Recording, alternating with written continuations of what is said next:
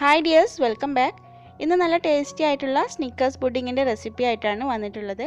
അപ്പോൾ നമുക്ക് വീഡിയോയിലേക്ക് പോവാം. അപ്പോൾ അതിന് വേണ്ടിയിട്ട് ഞാനിവിടെ ഒരു 75 ഗ്രാം ബട്ടർ എടുത്തിട്ടുണ്ട്. അപ്പോൾ ഇത് ഉപ്പില്ലാത്ത ബട്ടറാണ്. അപ്പോൾ ബട്ടർ എടുക്കുമ്പോൾ ഫ്രിഡ്ജിൽ നിന്നും ഡയറക്റ്റ് എടുക്കാതെ കുറച്ച് സമയം മുന്നേ എടുത്ത് പുറത്ത് വെച്ചിട്ട് റൂം ടെമ്പറേച്ചറിൽ അതിന് ശേഷം മാത്രം ഉപയോഗിക്കുക. ഇനി ഇതൊരു ബീറ്റർ വെച്ചിട്ട് നന്നായിട്ടൊന്ന് ബീറ്റ് ചെയ്തെടുക്കാം. അപ്പോൾ ബീറ്റർ ഇല്ലെങ്കിലും കുഴപ്പമില്ല, വിസ്കോ ഫോർക്കോ വെച്ചിട്ട് ബീറ്റ് ചെയ്തെടുത്താൽ മതി. ഇനി ഇതിലേക്ക് ഒരു 100 ഗ്രാം ടോഫിയാണ് ചേർത്ത് കൊടുക്കുന്നത്. അപ്പോൾ ടോഫി ഉണ്ടാക്കുന്നത് എല്ലാവർക്കും അറിയായിരിക്കും. അപ്പോൾ അറിയാത്തവരുണ്ടെങ്കിൽ ഇതിന് മുന്നേ ഒരു എഗ്ലെസ് ടോഫി കേക്കിൻ്റെ റെസിപ്പി ഷെയർ ചെയ്തിട്ടുണ്ട്. അതിൽ ടോഫി ഉണ്ടാക്കുന്നതിൻ്റെ ഡീറ്റെയിൽ ആയിട്ട് കാണിക്കുന്നുണ്ട്.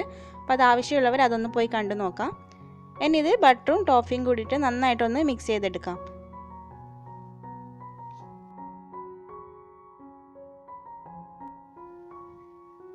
പിന്നെ ഇതിലേക്ക് കുറച്ച് വിപ്പിംഗ് ക്രീം ബീറ്റ് ചെയ്തത് ബാക്കിയുള്ളത് കൂടി ചേർത്ത് കൊടുക്കുന്നുണ്ട്. ഇത് നിർബന്ധമൊന്നുമില്ല, എൻ്റെ കയ്യിൽ ബാക്കിയുള്ളത് കൊണ്ട് ചേർത്ത് കൊടുത്തതാണ്.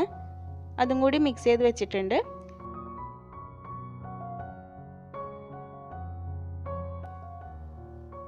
അപ്പം നമ്മുടെ പുഡിങ്ങിൻ്റെ ഫസ്റ്റ് ലെയറായിട്ട് ഇവിടെ കൊടുക്കുന്നത് ബ്രെഡാണ്. അപ്പോൾ ബ്രെഡിൻ്റെ സൈഡൊക്കെ കളഞ്ഞെടുത്തിട്ടുണ്ട്.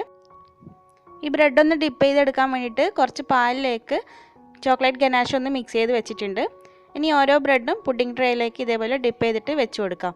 അപ്പോൾ ഈ ബ്രെഡിന് പകരം നിങ്ങൾക്ക് വേണമെങ്കിൽ സ്പോഞ്ച് കേക്ക് ഉപയോഗിക്കാം. അതും അല്ലെങ്കിൽ ബിസ്ക്കറ്റ് പൊടിച്ചതും ബട്ടറും കൂടി മിക്സ് ആക്കിയിട്ട് അങ്ങനെയും വെച്ച് കൊടുക്കാം. അതിന് മുകളിലായിട്ട് നമ്മൾ ബീറ്റ് ചെയ്ത് വെച്ചിട്ടുള്ള ടോഫി ബട്ടർ ക്രീം എല്ലാ വശത്തേക്കും ആക്കിയിട്ടൊന്ന് സ്പ്രെഡ് ചെയ്ത് കൊടുക്കണം. ഈ ഒരു പുഡിംഗ് ട്രേ അല്പം ചെറിയൊരു സൈസിലുള്ളതാണ്. അപ്പോൾ നിങ്ങളുടെ പുഡിംഗ് ട്രേയുടെ വലിപ്പത്തിനനുസരിച്ചിട്ട് ഇൻഗ്രീഡിയൻസ് ഒക്കെ കൂട്ടിക്കൊടുക്കണം.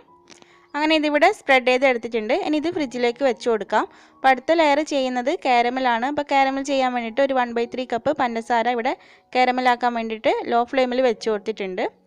ഈ പഞ്ചസാരയൊക്കെ നന്നായിട്ട് മെൽറ്റായി കാരമലായി വന്നു കഴിഞ്ഞാൽ ഇതിലേക്ക് 1 ടേബിൾ സ്പൂൺ ബട്ടർ ചേർത്ത് കൊടുക്കാം.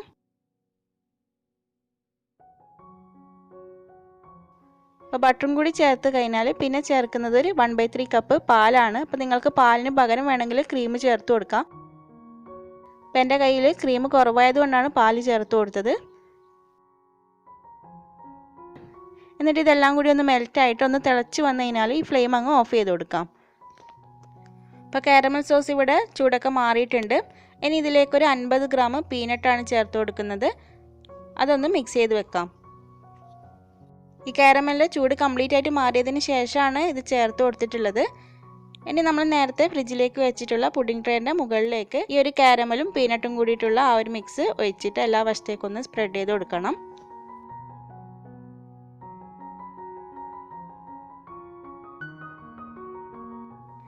ഇനി ഇത് ഫ്രിഡ്ജിൽ വെച്ചിട്ട് നന്നായിട്ടൊന്ന് സെറ്റ് ചെയ്തെടുക്കാം.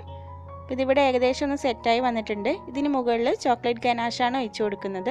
ഈ ഒരു ഗനാഷ് ഉണ്ടാക്കാൻ വേണ്ടിയിട്ട് 1/4 കപ്പ് ഡാർക്ക് കോമ്പൗണ്ടിലേക്ക് 1/4 കപ്പ് നല്ല ചൂടുള്ള വിപ്പിംഗ് ക്രീം ചേർത്തിട്ട് മെൽറ്റാക്കി എടുത്തതാണ്. ഇതിൻ്റെയും കംപ്ലീറ്റ് ചൂട് മാറിയതിന് ശേഷമാണ് ഇതിന് മുകളിൽ ഒഴിച്ചു കൊടുക്കേണ്ടത്. സൈഡിലായിട്ട് കുറച്ച് നട്ട്സും കൂടി ഇട്ട് കൊടുത്തിട്ടുണ്ട്. ഇനി ഇത് ഫ്രിഡ്ജിൽ വെച്ചിട്ട് ഒരു 5-6 മണിക്കൂർ നന്നായിട്ട് തണുപ്പിച്ചെടുക്കണം. അപ്പോൾ നമ്മുടെ പുഡിംഗ് ഇവിടെ റെഡി ആയിട്ടുണ്ട്. നല്ല ടേസ്റ്റാണ് ഈ ഒരു പുഡിംഗ് കഴിക്കാൻ വേണ്ടിയിട്ട്. എല്ലാവരും ഒരു തവണയെങ്കിലും ഇതൊന്ന് ട്രൈ ചെയ്ത് നോക്കണം. അപ്പോൾ നിങ്ങൾക്ക് ആ ബ്രെഡിന് പകരം ബിസ്ക്കറ്റിൻ്റെ ക്രംസ് വെച്ച് കൊടുത്തു കഴിഞ്ഞാൽ ഒന്നും കൂടി ടേസ്റ്റ് കൂടും. അപ്പോൾ അത് നിങ്ങൾ നോക്കിയിട്ട് ഏതാണോ അവൈലബിൾ ആയിട്ടുള്ളത് അതുപോലെ ചെയ്തെടുക്കുക. ഈ ഒരു റെസിപ്പി എല്ലാവർക്കും ഇഷ്ടമായിട്ടുണ്ടെങ്കിൽ ലൈക്ക് ചെയ്യാനും ഷെയർ ചെയ്യാനും, ചാനൽ സബ്സ്ക്രൈബ് ചെയ്യാതെ വീഡിയോ കാണുന്നവരുണ്ടെങ്കിൽ പ്ലീസ് ഒന്ന് സബ്സ്ക്രൈബ് ചെയ്യാനും മറക്കരുത്. അപ്പോൾ മറ്റൊരു ദിവസം നല്ലൊരു റെസിപ്പിയുമായി വീണ്ടും കാണാം. Thanks for watching.